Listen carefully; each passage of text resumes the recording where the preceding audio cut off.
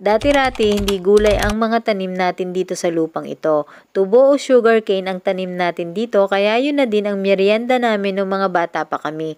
Masaya ang childhood namin dito dahil dito na kami naglalaro, patakbo-takbo kami dyan, paakyat-akyat sa puno, kaya palagi kaming pinapababa ng lolo namin at baka daw kami mahulog. Kalaunan, sumubok ang mga tito at tita ko kasama din ang mga magulang namin magtanim-tanim ng gulay na dinadala nila kasama ng mga isda pag naglalako sila. Inaral din nila at sinubukan ng iba't ibang gulay na pinapasubok ng ilang seedling companies na pumaparito para masubukan ang mga hybrid seedlings nila.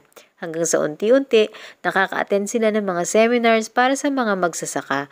Sa favor ng Lord na pagtapos kami at ang mga pinsan ko sa pag-aaral sa tulong din ng mga pagtatanim at iba pa nilang pinagkakakitaan noong araw. O siya, yun na lang muna sa ngayon. Happy planting! Pwede na rin kami i-follow dito. Bye-bye!